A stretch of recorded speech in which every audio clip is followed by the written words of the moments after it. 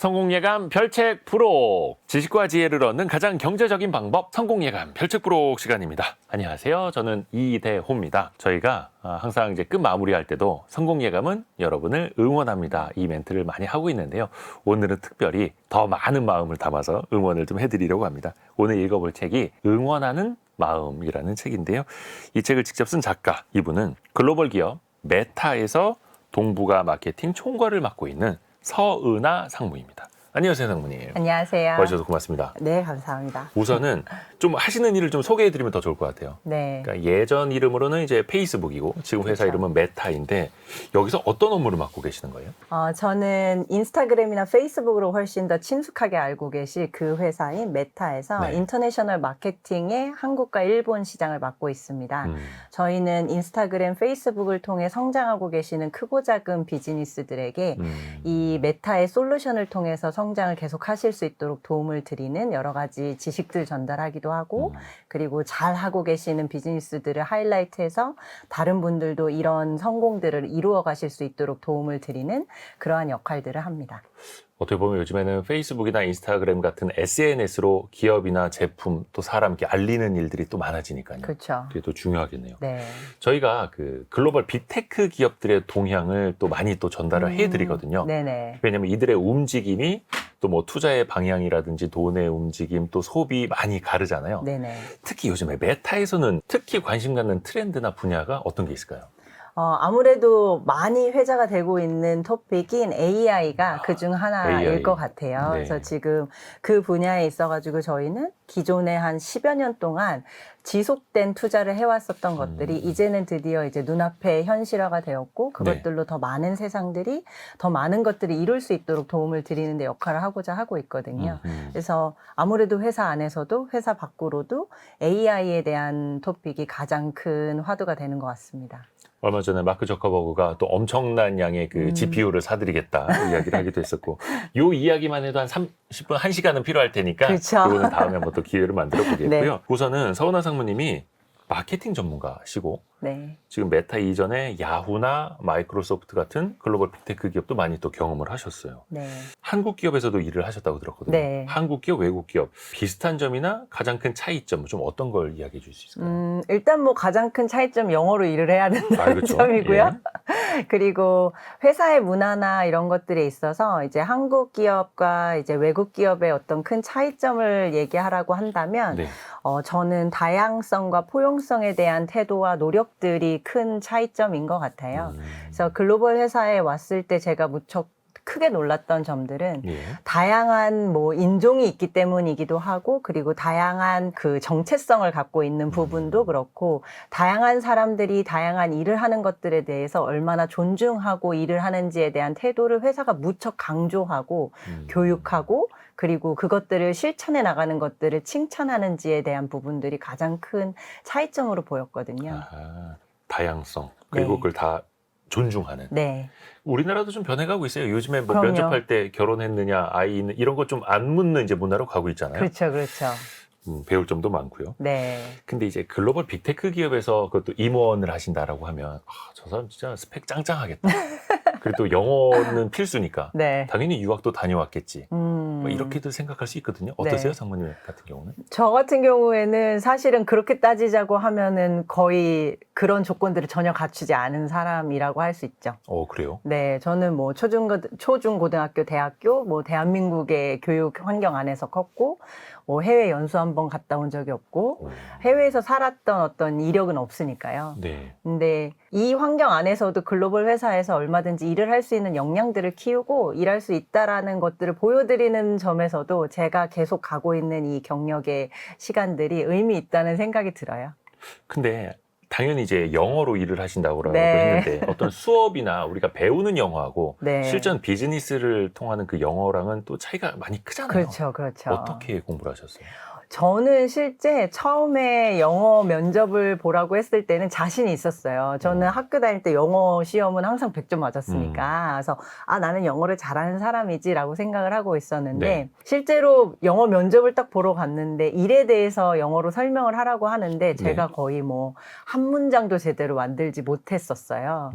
그러다 보니까 아주 굴욕스러운 영어 인터뷰를 끝내고 이제 나와서 저 스스로에게 무척 실망했었던 날들에 대한 이야기들을 책 안에도 자세히 풀어놓았는데 그런 시간을 거쳤는데 감사하게도 그 회사에서 한 40분 동안 영어가 안 되는 영어로 인터뷰를 받던 저의 이 그 굴욕의 그 의지를 봐주시고 이러한 태도들을 가지고 네가 영어를 배운다면 이 기술은 득할 수 있겠다라는 이야기들을 해주셔가지고 선택을 해주신 덕분에 제가 이제 그 회사 들어가서 이제 또 다른 노력들을 하게 된 거죠. 그래서 실제 처음 미국 출장을 가게 됐을 때에는 40개의 미팅에 해당하는 40장의 영작을 해서 그 40장을 온전히 다 외워서 회의 40개를 하면서 이제 한 장씩 외웠던 것들을 이야기하고 그 미팅에서 녹음한 내용들을 가지고 다음 날을 준비하고 하는 일주일을 치열하게 보냈어요. 정말 토 나오고 코피 나오게 열심히 했었던 시간들이었는데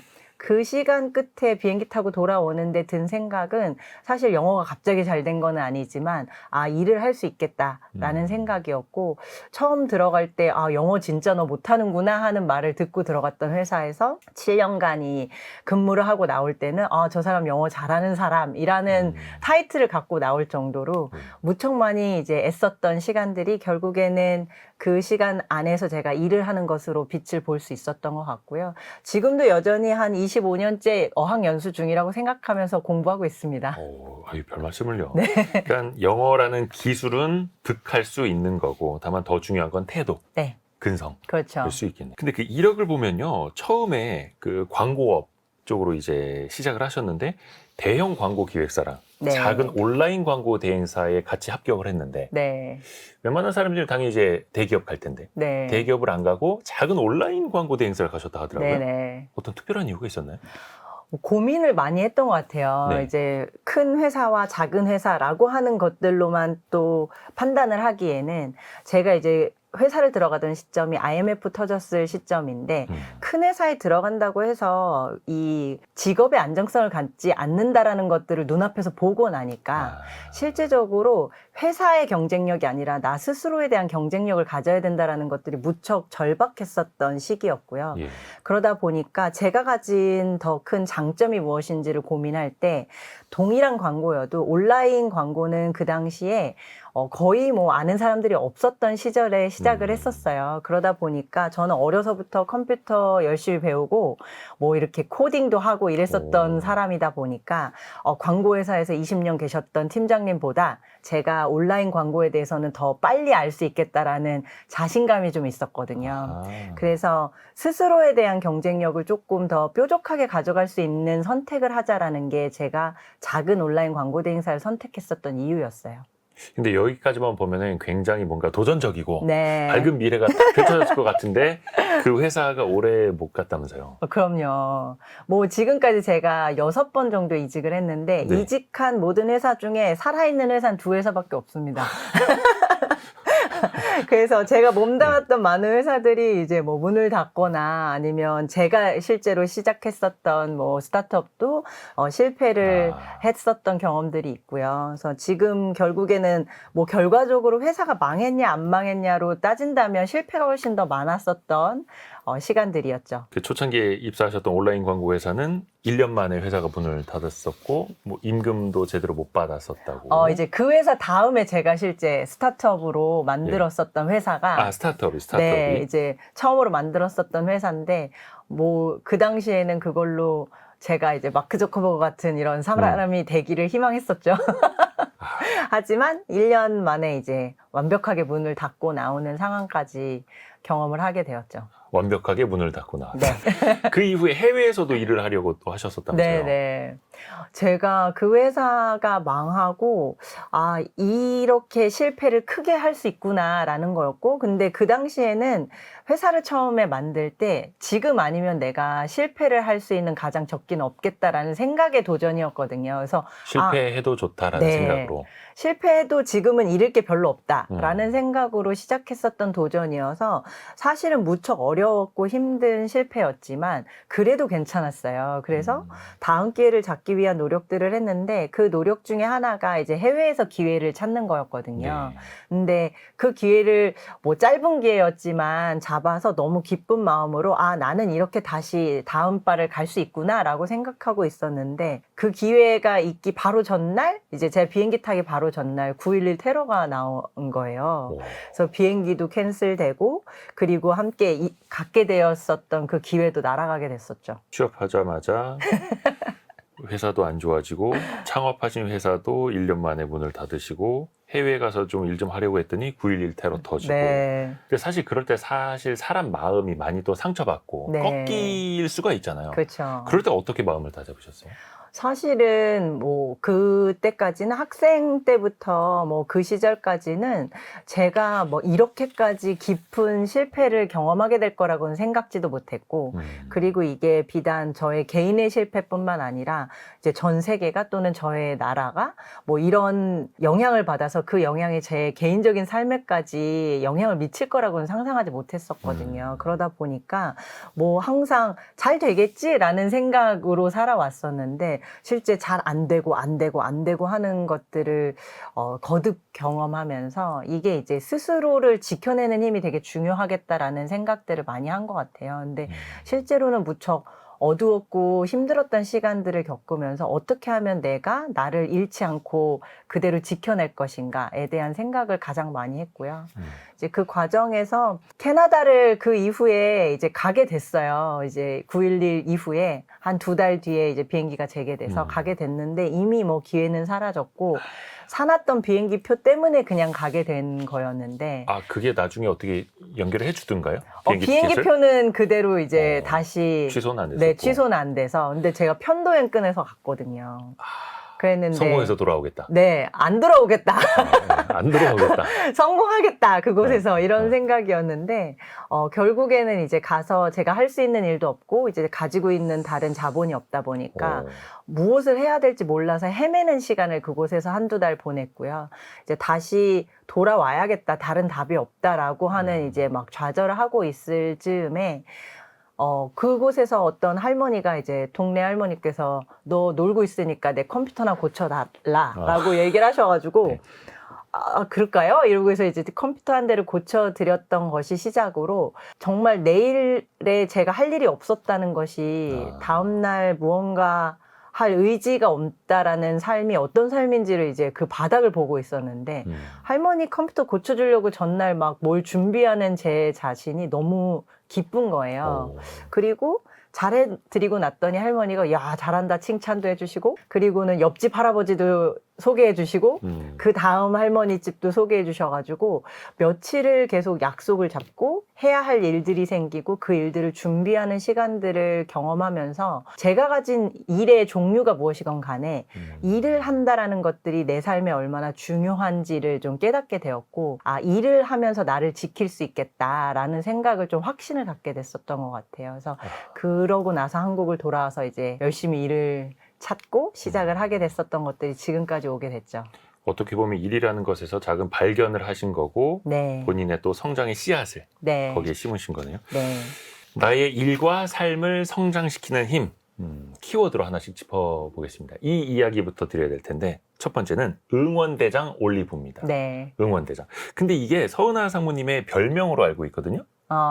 저는 오히려 평생의 저의 잡 타이틀이라고 이야기합니다. 그래요? 간판 네. 같은 거? 네. 근데 잠시만요. 응원대장 올리브예요? 올리브예요? 올리브입니다. 올리브. 네. 이게 그 뽀빠이에 나오는. 네, 맞습니다. 근데 올리브 아닌가요, 거기는? 올리브 무슨 차이예요? 저는 일단은 뭐 다른 큰 차이는 없었는데 올리브라고 하는 거는 말씀하신 대로 뽀빠이 여자친구 올리브가 저의 이제 고등학교 때 별명이었어요. 뭐 얼굴 작고 목 길다고 해가지고 친구들이 불러줬던 별명이 명이었는데 네. 영어로 이름을 갑자기 대라고 하는 이제 회사에 글로벌 회사에 들어가면서 이제 갑자기 든 생각에 이제 이름을 댔는데 시스템에 이제 그 이름이 박히면서 많은 사람들이 저를 이제 뭐 올대리, 올차장, 뭐 올부장 이렇게 부르기 시작한 삶이 시작이 됐고 그러다가 이제 올리브라고 하는 단어가 이름이 됐다라는 것들이 사람들로부터 이제 저를 떠올리게 하는 여러 가지 이미지가 생기게 되잖아요. 근데 어떤 분이 올리브 나무가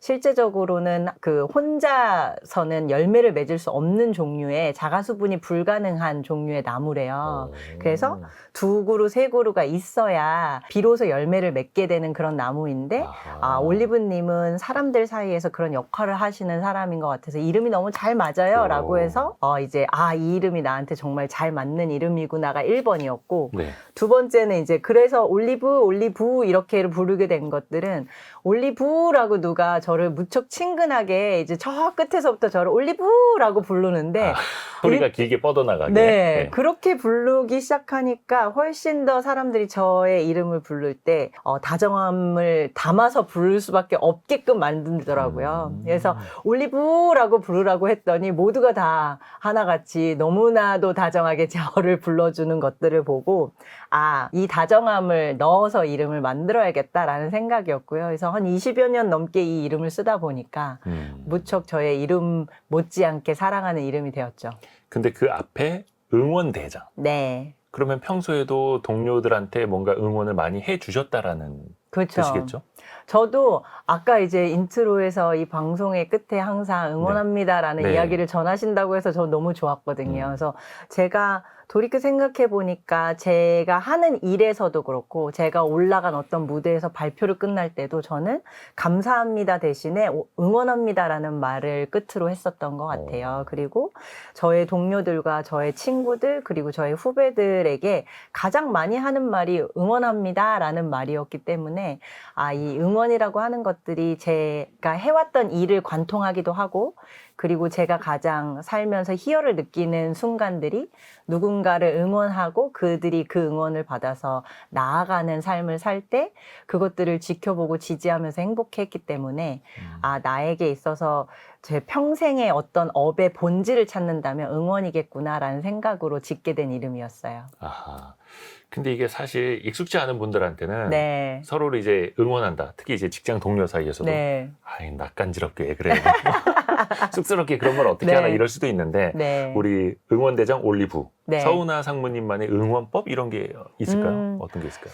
저는 이제 응원이라고 하는 단어가 네. 함축하고 있는 것들이 무척 크다고 생각해요. 근데 이 함축적인 것들의 가장 큰 본질은 이 사람이 오늘보다 조금 나은 내일을 맞이하기를 기대하고 지지하는 마음에서 시작한다고 생각하거든요. 그래서 어떤 때는 화이팅! 뭐 응원합니다! 라는 말로 대신할 때도 있고 어떤 때는 그저 조용히 그들 옆에 서 있는 것도 응원이기도 하고 어떤 때는 함께 이제 안아서 울어주는 것도 응원이기도 하고 어떤 때는 뜨겁게 같이 일을 하면서 눈앞에서 보여주는 것도 저의 응원의 방식이기도 해요.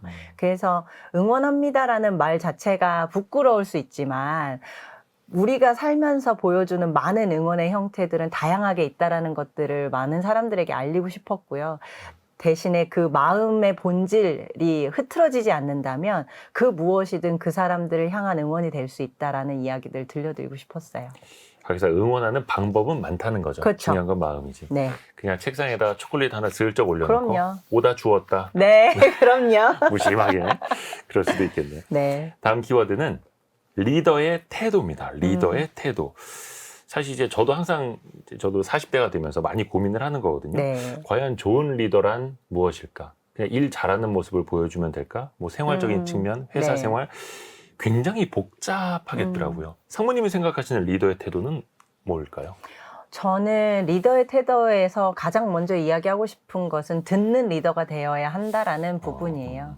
실제적으로 리더가 되고 나면 많은 사람들이 기대하는 것들이 이 사람이 결정을 내려주겠지, 이 사람이 우리에게 어떤 말을 해주겠지라고 하는 것들이 대부분 이제 함께 일하는 친구들로부터도 받는 기대 중에 하나인 것 같아요. 근데 오히려 내가 결정을 내려서 말을 해주거나 내가 생각했었던 방향들을 이 친구들에게 얘기해 주는 것 말고 이 팀원들과 이 조직원들로부터 듣는 것을 먼저 하는 리더가 되어준다면 이 결정이라고 하는 것들은 혼자 하는 것이 아니라 우리의 결정을 하는 것이다라는 것들을 보여줄 수 있는 시점이 된다라고 생각을 하거든요. 아하. 그래서 듣는 리더가 되어야 한다가 제가 생각하는 리더의 태도 1번에 해당합니다. 그러니까 후배들의 이야기 많이 들어줘라. 네. 뭐 그 말들 정말 많이 쓰지 않습니까? 귀가 두 개고 입은 하나인 이유가 많이 들으라는 맞아요. 이유다. 그 네. 얘기하면서 이제 리더가 계속 얘기하죠. 네. 그래서 진짜 이게 처음 리더가 되신 분들이 저에게 하는 질문 중에 하나는 네. 결정을 혼자 내려야 되는 게 너무 어려워요라고 하는데 그렇죠. 팀의 결정은 리더의 결정 혼자서 만들어지는 게 아니라고 생각하거든요. 그래서 우리의 결정, 우리의 그 방향을 잡기 위해서는 리더가 말하는 것보다 많이 들어서 이게 결국에는 우리의 결정으로서 합리적이다라고 하는 것들을 모든 팀원들이 이해할 수 있는 데서부터 시작해야 한다고 생각해요. 서은아 상무님이 꼽으시는 네. 최고의 리더상, 최고의 선배 어떤 모습 누가 떠오를까요? 저는 요새 이제 다시 예. 최강야구가 시작해서 제가 너무 기뻐하는데요. 네. 제가 최강야구의 무척 큰 팬이거든요. 그래서 제 책에도 최강야구 에피소드를 몇 번이나 다룰 정도로 무척 좋아하는데 그 이유는 뭐 야구 자체를 좋아한다기보다 그 안에 있는 리더십이라든지 그리고 선후배 간의 이 배우는 현장 그리고 선배들이지만 그들이 보여주는 페어한 플레이 같은 것들이 후배들에게 보여주는 여러 가지 시사점들을 무척 좋아해요. 그래서 네. 그 중에서도 김성근 감독님 제가 무척 그 책 안에 실명 거론하면서까지 좋아했는데 네. 감독님 지금 무척 고령의 나이인데도 불구하고 그 프로그램이 지속되는 그 카메라가 돌고 있거나 돌고 있지 않은 모든 모습에서 가장 많은 시간 훈련에 참여하신 분이고 그리고 실제적으로 지금도 그 선수들과 동일한 형태로 훈련을 하고 계시고 그 현장에서 본인이 해야 되는 책임들을 보여주시는 모습만으로도 충분히 보여주는 리더십이다라고 생각을 하거든요. 그래서 저도 80이 넘어서 100살까지도 일하는 플랜들을 잡고 있는데 제가 꿈꾸었던 실제 존재하는 리더의 모습을 보여주고 계신 것 같아서 무척 존경하고 아주 응원하고 있습니다. 뭐 개인적으로 하신 사이는 아닙니다. 아니시고 리더의 상. 네, 최강야구 요번에 꼭 광크를 해서 네. 현장에 가고 싶은 마음을 담고 있습니다. 김성근 감독님은 지금도 정말로 어린 친구들한테 직접 타격 지도를 해주실 네. 정도로 그렇게 네. 또 꼼꼼하게 네. 리더십을 또 발휘를 하고 계시더라고요. 네. 그리고 많은 사람들이 어떤 본인의 성향에 따라서 리더십도 또 고민을 하시는 분들 많거든요. 네. 뭐 예를 들어서 어떤 사람은 너무 차가워 보인다. 네. 어떤 사람은 이제 공감을 많이 해주는데 뭔가 좀 논리적인 게 없다. 네. 왜 그런 거 있지 않습니까? MBTI도 중간에 F는 좀 감정적인 네. 사람, T는 좀 논리적이고 이성적인 네. 사람. 이게 성향이 다르다고 해서 좀 공감하는 능력이라든지 응원하는 방법 이게 또 달라질 수 있을까요? 뭐 차이는 분명히 있을 것 같아요. 네. 그래서 아까 이제 모두에 말씀드린 것처럼 응원의 방식은 뭐 다양할 수 있으니까요. T든 F든 뭐 팀원들이나 또는 동료 그리고 가족, 친구들에게 그들의 성장을 지지하고 응원하는 마음은 다르지 않을 거라고 생각하거든요. 네. 그런데 특히 이제 조직에서의 성향들을 이야기할 때에는 저는 이제 조직에서 역할의 성향이 있다고 생각을 해요. 역할적인 성향. 네. 오. 그래서 우리가 MBTI 아까 이야기하셨으니까 뭐 F 또는 뭐 T라고 하는 개인적인 어떤 감정의 성향들이라는 것들이 있지만 조직 안에서 팀장이라는 역할을 했을 때에는 네. F의 성향에서 필요로 한 것, T의 성향에서 필요로 하는 것들을 선택적으로 학습하셔야 된다고 생각하거든요. 근데 이제 그 중에 이제 팀장으로서 아까 듣는 팀장이 되어야 된다 또는 우리 들어서 이 친구들의 어려움을 공감하는 사람이 되어야 된다라는 부분에 있어서는 팀장 성향 있을 때 F라는 성향이 있는 것들이 아주 좋은 자질들로 발휘하실 수 있다라고 말씀드리고 싶어요. 그러니까 평소에 내 생활적인 것과 네. 일할 때 리더로서의 어떤 성향, 태도는 또 다를 수 있다. 그럼요. 달라져야 한다. 네. 외람됩니다만 서은아 상무님 MBTI를 여쭤봐도 되겠습니까? 저는 ENFJ입니다. 정의로운 사회운동가 스타일. 이거 대한민국에 1%밖에 없는 아, 그런가요? MBTI 성향이라는데 ENFJ. 네. 왠지 한 명 또 찾았습니다. 제가 ENFJ거든요. 아, 그러세요? 네. 근데 네. 이제 주변 사람들은 좋은데 본인은 피곤하다 하더라고요. 아, 그런가요? 근데 평소의 일과 일할 때의 나의 모습은 이제 다를 수 있다라는 네. 거. 왜냐하면 저도 생활적으로는 F, 감정적인 게 좀 있는데 일할 때는 좀 T, 논리적인 걸 좀 네네. 많이 발휘하려고 노력을 또 하고 있습니다. 이런 건 괜찮습니까? 그럼요. 저도 때때로 상황에 맞게 저의 성향들을 선택할 수 있는 능력을 갖추게 된 게 제가 가진 좋은 리더의 자질이라고 생각하거든요. 그래서 주변에 ENFJ가 있다면 그 사람한테는 이제 뭐 많이 뽑아 먹을 수 있다 하던데. 아, 그래요? 그래서 저도 피곤합니다. 근데 서은아 상무님은 지금 아이를 키우고 계시죠? 네. 그러면 제 대표적인 워킹맘이신데 네네. 여성분들은 그 고민 많이 하실 거예요. 나도 더 높은 사회적 지위를 갖고 싶고 계속해서 네. 일을 하고 싶은데 현실적인 한계, 현실적 어려움이 또 있을 수밖에 없잖아요. 그럼요. 그럼 워킹맘들한테는 어떻게 또 응원을 해주실 수 있을까요? 실제적으로 정말 어려운 일인 것 같아요. 네. 심지어 뭐 워킹맘뿐만 아니라 뭐 이제는 아빠들도 이 육아에 대한 것들이라는 것들이 뭐 나의 일과 삶 이렇게로 나눠놓는 것들이 아니라 내 삶을 이루는 많은 조건들 중에 또는 그 역할들 중에 무척 많이 이제 섞여 있다 보니까 실제 일하는 엄마 아빠들이 갖는 지금 시대의 어려움들은 분명해요. 그렇죠. 어려운 일이죠. 어려운 일이고, 그리고 저 또한 지금 이제 아이가 17살이 돼서 이제 17년 차로 이 역할들을 하고 있잖아요. 이 두 개의 역할을 함께 하는 데 있어가지고 분명히 그 어려움들은 있었지만, 제가 가장 노력하고 있는 것들은 이 아이 때문에 내가 포기하거나 이 아이 때문에 멈춘 것이 아니라 이 아이 덕분에 성장을 하고 싶어졌고, 이 아이 덕분에 더 좋은 어른이 되고 싶어졌고, 이 아이 덕분에 멈추지 않겠다라고 결심을 했었던 부분들을 높이 사고, 그리고 아이에게 항상 그 고마움을 이야기해요. 그래서 아이와 제가 공존하는 시간들을 만드는 것들을 노력한 게 제가 이제 17년 동안 했었던 이유였고, 그것들이 결국엔 제가 지금까지 일을 할 수 있게끔 만든 원동력이라고 생각을 해요. 공존하는 노력이요? 네. 아이랑 저는 방에서도 예. 워크룸을 같이 쓰거든요. 일하는 방이요? 네. 그러니까 자녀분은 공부하고 네. 엄마는 일하고? 네. 저는 일도 공부도 같은 종류의 것이라고 생각해요. 예. 생산하고 있는 그 시간들을 아이와 공통적으로 공통적인 공간에서 같은 형태로 쓰고 있다라는 것들이 아이에게도 저의 생산하는 시간들을 존중받을 수 있고, 아이 또한 그 시간들이 마땅하고 어른이 되어서도 끊임없이 이런 시간들을 추구해야 한다라는 것들을 자연스럽게 배우게 한다고 생각하거든요.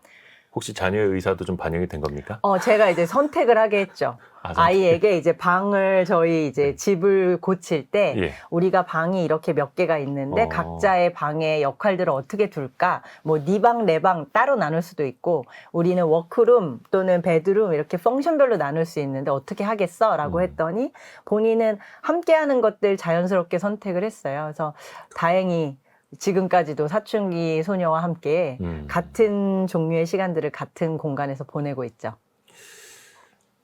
어미는 글을 쓸 테니 어미는 떡을 썰 테니 너는 글을 쓰거라. 약간 이 느낌이네요. 그것도 좋은데요? 같이 이제 생산적인 일을 하는 공간으로. 네. 그것도 좋습니다.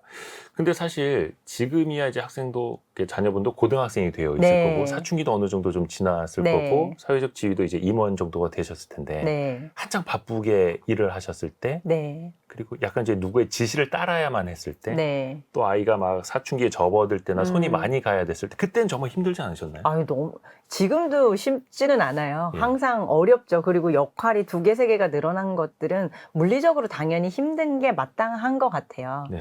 근데 이제 뭐 사실은 엄마와 아빠의 도움이 없었으면 무척 어려웠겠죠. 이런 것들이 시스템화 되기까지는 저 말고도 저희 가족 모두의 노력들이 필요했었던 것 같아요. 그래서 뭐 신랑의 역할이라든지 저희 부모님들의 역할들이 분명히 제가 이 시간을 지켜낼 수 있는 데에도 큰 역할을 했다고 생각하고, 그뿐만 아니라 회사와 조직 그리고 저희 팀원들도 그 역할을 했다고 생각합니다. 그래서 한 아이를 키우는 데는 한 마을이 든다고 하잖아요. 네. 그것처럼 이게 그냥 온전히 아이와 엄마와의 문제가 아니라 이 아이를 키우기 위한 이 삶의 시스템을 구축하는 것들이 가장 중요한 부분이라고 생각을 합니다. 직장 동료들한테도 그러면 이제 일과 육아를 병행하시는데 도움을 받으신 거예요? 어떤 식으로 그럼요. 가능할까요? 그 친구들이 제가 휴직했을 동안에 기다려준 시간도 그들이 저를 지켜준 시간이고요. 그리고 제가 저희 회사 같은 경우에는 제가 이제 재택근무하는 날들을 이제 뭐 이전 회사서부터 꾸준히 정기적으로 갔거든요. 그 이유는 이 시간을 두 역할을 하는 데 쓰고 있다라는 것들을 보여주기 위해서도 그 역할이 하나였고, 그리고 저 스스로에게도 제가 역할을 두 개 하는 사람이다라는 것들을 인지하게끔 하는 과정이었어요. 그래서 이제 그러한 것들로 보여준 부분들이 저의 이제 팀원들이 그 시간을 서로 존중하고 함께 할 수 있었던 부분이었고, 그리고 제가 일을 하면서 아이가 무척 어렸을 때는 딱 지켜야 되는 시간들이 있잖아요. 그래서 네. 9시부터 6시까지 회사 일을 하고 불이 나게 이제 집으로 돌아가서 7시부터 뭐 10시까지 아이가 잠들기 전까지 아이와의 시간들에 온전히 집중하고 나면 이전에 이제 제가 하고 있었던 일의 양보다 분명히 줄어든 시간들을 제가 회사에 투입을 하다 보니까 부족한 영역들이 생기는 거예요. 그래서 그 당시에는 막 밤 10시에 다시 이제 일을 재개해서 새벽 2시까지 일을 하는 이런 시간들도 보내곤 했거든요. 근데 그때 이제 저희 팀원들이 팀장님의 이 시간을 지켜야지라는 것들이 있었어요. 그리고 저희 팀원뿐만 아니라 저와 함께 일하는 다른 동료들도 이 친구는 어느 요일에 재택근무를 하고 그리고 어느 시간대에 일을 하는 사람이다라는 것들을 이제 서로 존중하고 알고 나니까 이 시간대에 서로를 방해하거나 도움을 주는 것, 방해하지 않는 것들을 도움을 주기도 하고, 그리고 실제적으로 제가 일을 하는 데 있어서 환경을 만드는 데 크게 이해를 해준 거죠. 그 사람마다의 업무 시간이 이제 다를 수는 있으니까. 네. 근데 이제 가족과 함께하는 시간도 동료들이 좀 파악을 하고 있는 게 어찌 보면 좋을 수 있겠네요. 그럼요. 그래서 저희는 팀끼리 그 시간에 대해서 서로 예측 가능하게 하는 것들을 제가 가장 먼저 하는 일입니다. 그래서 각자가 가진 리듬들이 다 다를 수 있는 거예요. 저는 이제 아이가 고등학생이 됐으니까 이 아이 픽업을 가려고 그러면 한 5시 정도면 되거든요. 네네네네. 그러니까 이제는 나는 이제 회사 일정 쭉 보고 5시쯤에는 아이 픽업하러 가니까 이 30분은 내가 이동하는 시간이라서 미팅을 잡지 말아줘 라고 칼렌더에 박아놔요. 근데 어떤 팀원은 아이가 이제 초등학생이어가지고 네. 1시쯤에 데리러 가야 되는 거예요.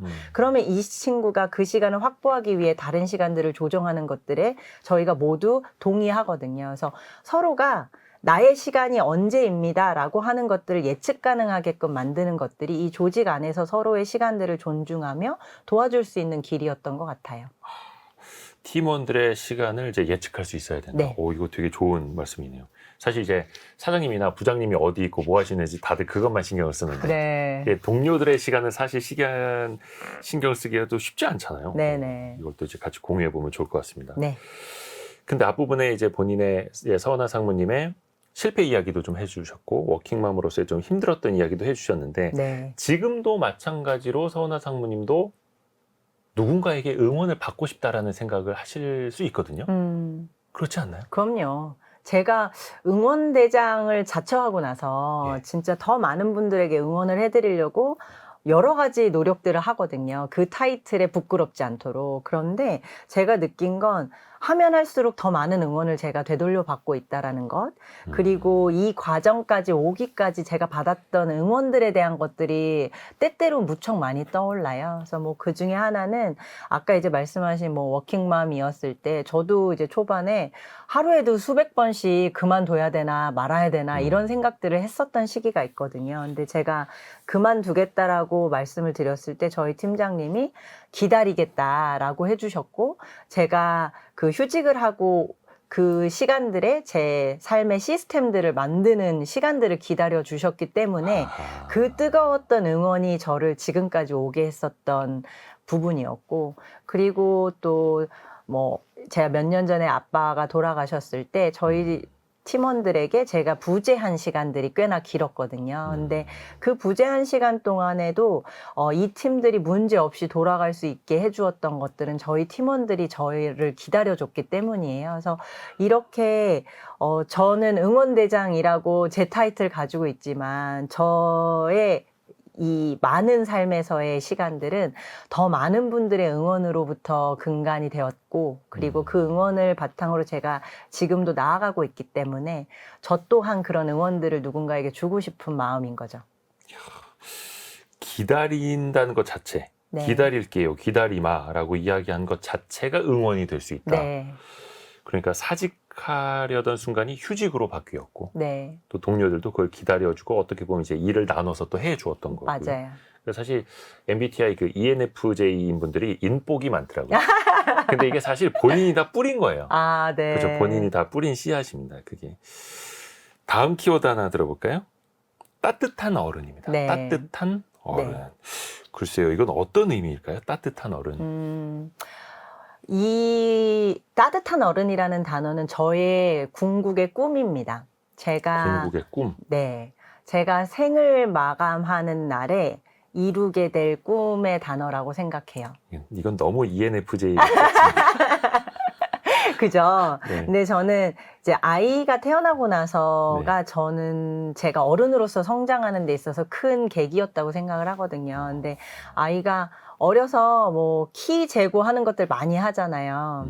그런데 왜 이렇게 키를 맨날 재라고 하냐라고 이제 심통을 부리는 거예요. 그래서 아, 네가 키 크는 게 하루하루 보는 것들이 이제 우리 가족의 행복이다라고 했더니 그럼 엄마도 키를 재라라고 하는 거예요. 그래서 할머니와 이제 저희 아빠 뭐 이렇게가 다 야, 이제 엄마는 키가 줄어들 때야 막 이런 얘기를 했더니 아, 이거 무척 심각하게 네네네.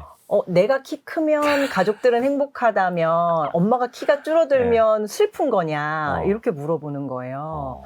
근데 이제 저는 아이하고의 대화나 아이의 질문들을 무척 진지하게 받아들이는 사람이거든요. 네. 그래서 그날 밤에 내내 아이에게 있어서 저의 성장은, 저의 키 큼은 어떻게 얘기해줘야 될까가 되게 고민이 됐었어요. 그리고 아이가 태어나고 나니까 왜 어른들이 말씀하시는 아이 앞에서는 함부로 먹지도 말고 아이 앞에서는 함부로 말하면 안 된다라고 그쵸, 얘기하셨던 것들의 의미를 파악하게 되는 거예요. 그래서 이 아이 앞에서는 제가 주저하지 않는 삶을 살았으면 좋겠고 이 아이 앞에서는 제가 멈추지 않고 끊임없이 성장하는 어른이라는 것들을 보여주고 싶었거든요. 그래서 이제 아이에게 며칠 뒤에 엄마의 결심은 오늘보다 조금 더 나은 어른이 될 건데 그랬더니 더 나은 어른이란 무엇이야? 라고 물어보는 거예요. 그래서 더 나은 어른이란 무엇일까를 정의하는 데 꽤나 시간을 많이 썼고요. 그런 데 있어서 제가 이제 응원하는 마음을 담아서 결국에는 내가 어떤 어른인가라고 보면 누구에게나 다정하고 따뜻할 수 있는 그런 마음들을 가진 어른이 되었으면 좋겠고 매일 조금씩 더 채워서 제가 이제 생을 마감할 때 아, 저 사람 정말 다정하고 따뜻한 어른이었다라고 하는 말로 이 생을 마무리할 수 있는 단어를 가진다면 너무 좋겠다라는 생각을 갖고 있거든요. ENFJ죠?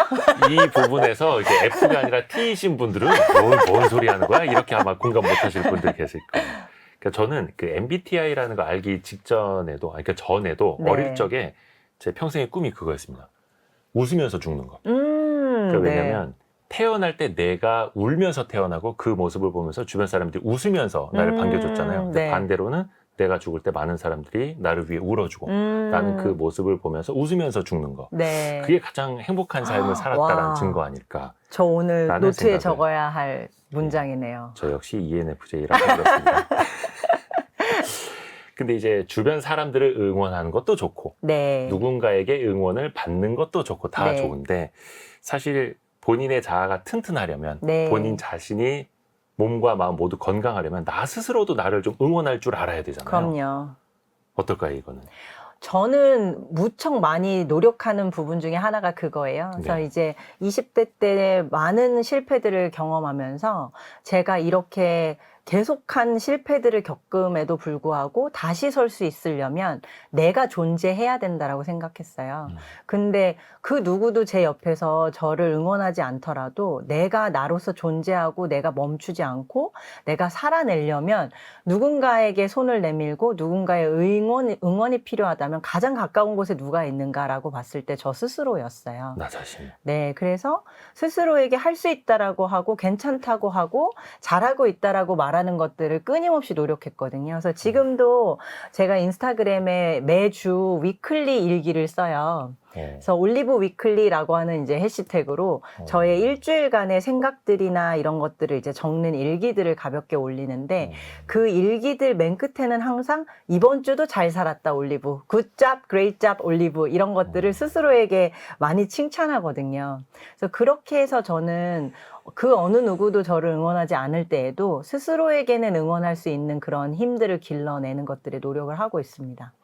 나 스스로를 응원하는 방식으로. 네. 그게 일기일 수도 있고 아니면 주간 일기도 네, 좋고 좋죠. SNS에 남기는 것도 좋고. 네.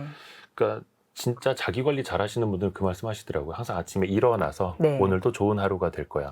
잠들기 전에 오늘 하루도 참 열심히 살았어. 네. 나 참 잘해서 이렇게 자존감을 높이는 것들. 맞아요. 그게 사실 자존감이 좀 떨어진다라고 고민하시는 분들이 많거든요. 그렇죠. 그분들한테는 좀 어떤 말씀 해주실 수 있을까요?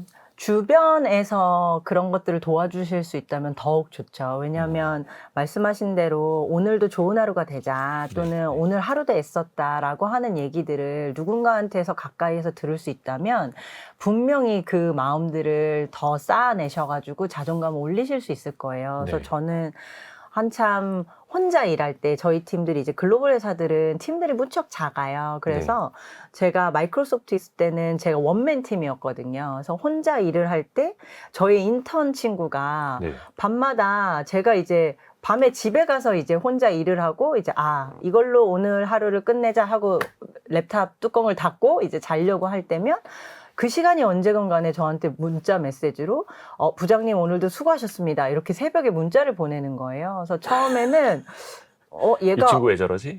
얘가 안 잤나? 아직? 이렇게 생각을 했는데 다음 날도 그 다음 날도 계속해서 제가 끝날 즈음 되면은 메시지가 오는 걸 보고 문득 이 친구가 나를 위해서 이 시간을 쓰고 있나라는 생각이 들어가지고 물었어요. 너 일부러 보내는 거야? 라고 했더니 제가 뭐 해드릴 수 있는 건 없고 보니까 밤에 일하시는 것 같은데 이메일이 막 밤에 오고 뭐 제가 일하는 흔적들이 보이니까요. 아유 라떼.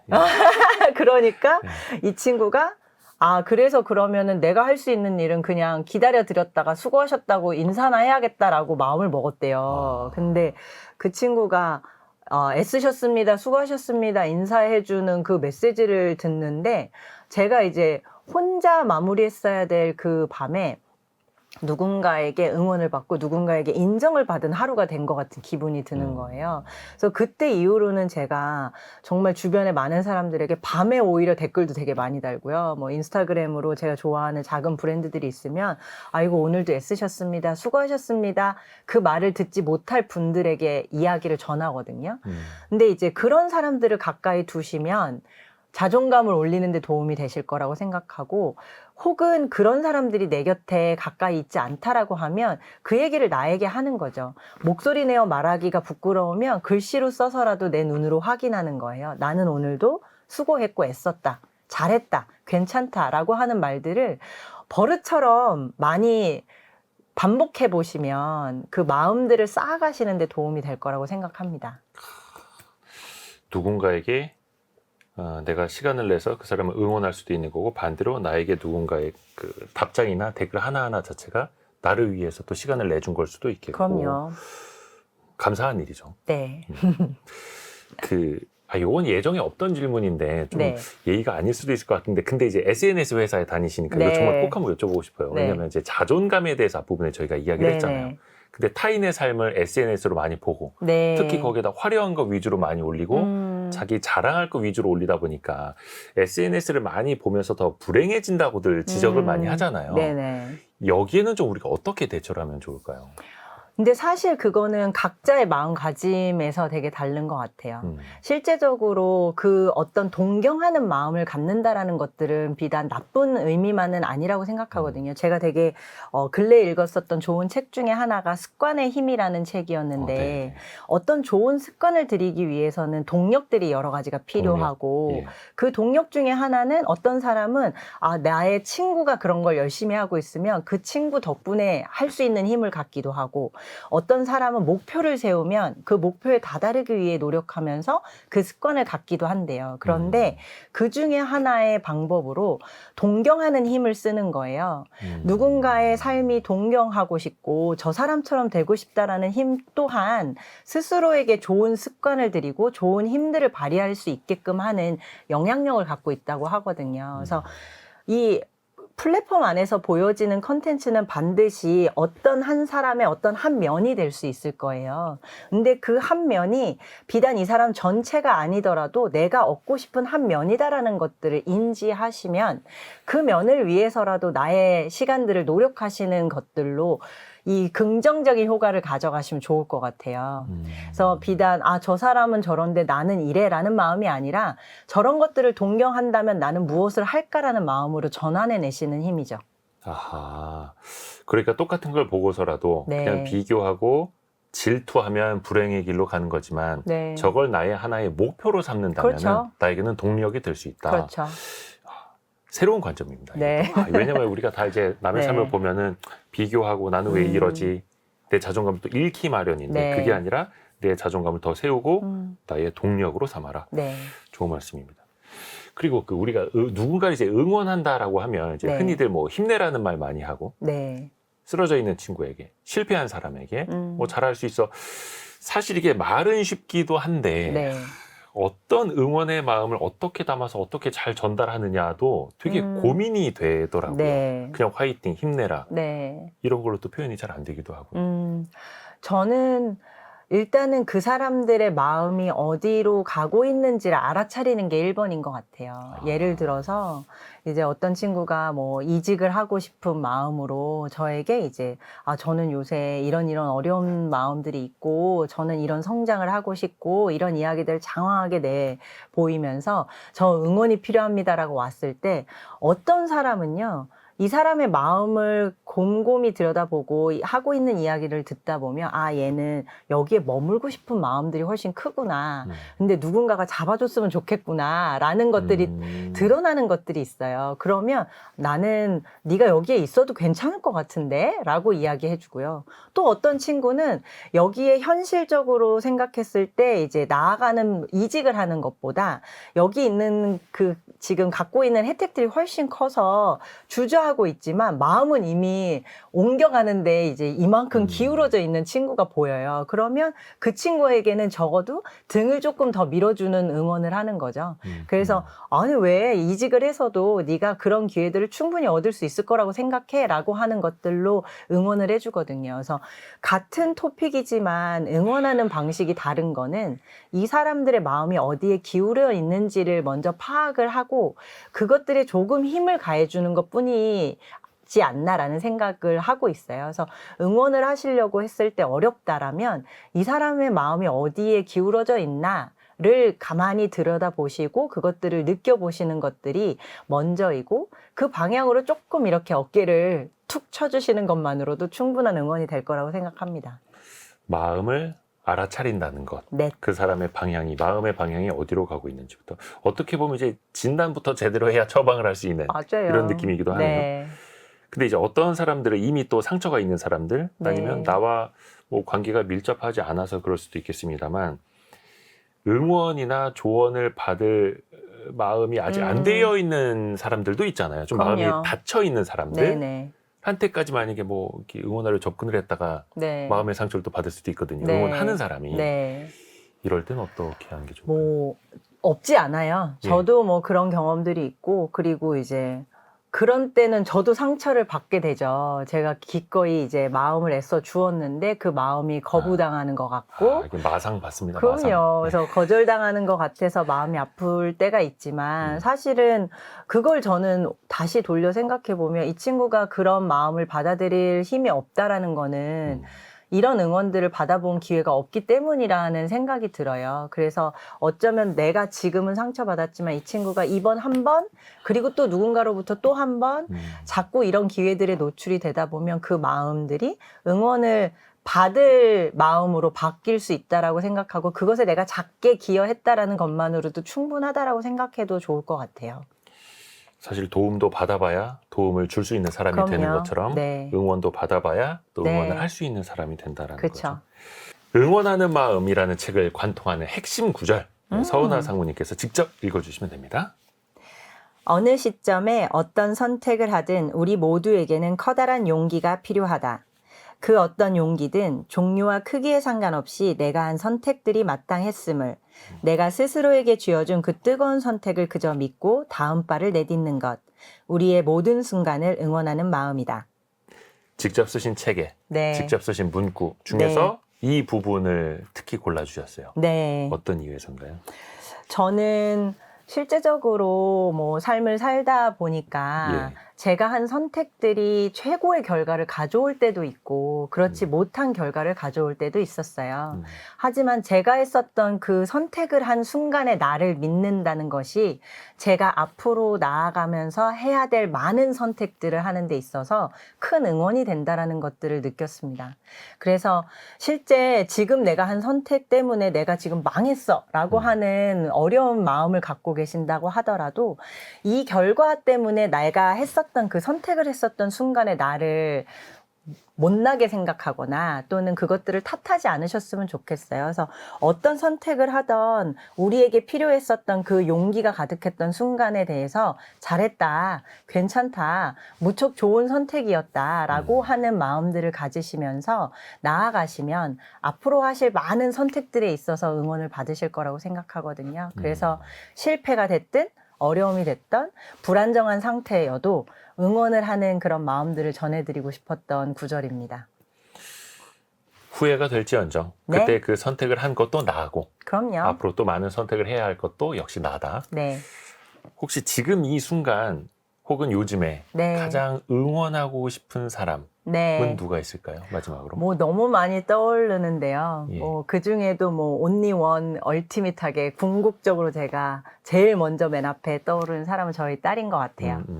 그래서 제가 아이에게 항상 아침에 등교하면서 오늘도 좋은 하루 보내라고 하고 등을 한번 쓰다듬고 내보내주는데 이 친구에게 보내는 이 응원이야말로 제가 삶에서 이 삶을 더 좋은 사람으로 살아가게끔 하는 원동력이기도 하고 그리고 이 친구가 앞으로 살아갈 많은 날들에 주저하지 않는 삶을 살기를 그리고 매 순간 성장에 대한 욕심을 부리고 그 더 많은 꿈들을 꾸고 이루면서 살아가는 사람이 되었으면 하는 마음으로 응원을 전하고 싶습니다.